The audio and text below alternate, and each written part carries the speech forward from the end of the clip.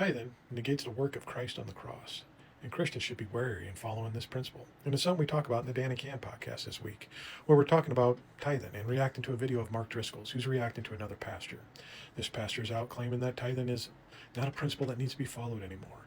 That in the New Testament it claims that giving and charitable giving is supposed to be up to the individual and when they deem it necessary and appropriate. But this gets Mark in all sorts of druthers and flustered, and he comes out with a great false equivalency. If we're not going to get rid of tithing and the rules and laws that are established such as that in the Old Testament, let's look at some of the other ones we should get rid of. What about thou shalt not unalive? I think that's a good one to keep, but we're getting rid of all the laws, so let's get rid of that too.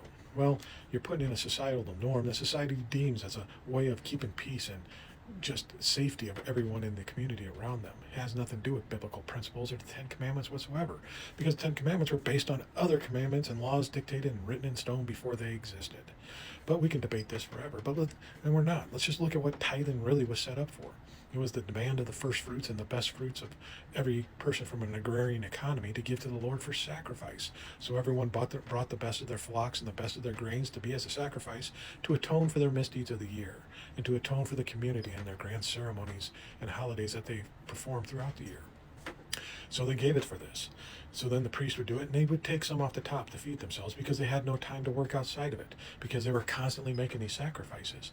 It was a non-stop endeavor for them, it seemed like, to constantly give. So to get a snack, we'll take a little bit of this, but we're also constantly working, giving this over. So if we want to hold true to this law, I want to see these pastors up on their altars, taking in this money that's being given over by the people nowadays and burning 95% of it.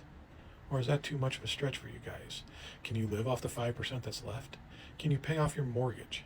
Can you pay off your new cars and planes that you need to have to go around? And pay off all the side hustles you're doing with book deals and everything else?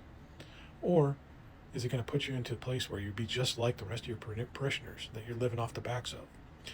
You see, these aren't sacrifices given over to the Lord anymore, because Christ atoned for that on the cross, did he not? But if we say that we have to take this constantly as a working way of our sacrifice to the Lord and our duty as a Christian, then what did Christ do on the cross? If he didn't atone for all the laws and fulfill all that, then his work's incomplete. And what kind of perfect deity and perfect sacrifice is he if he didn't complete everything that needed to be done? And don't come at me with, it will be someday.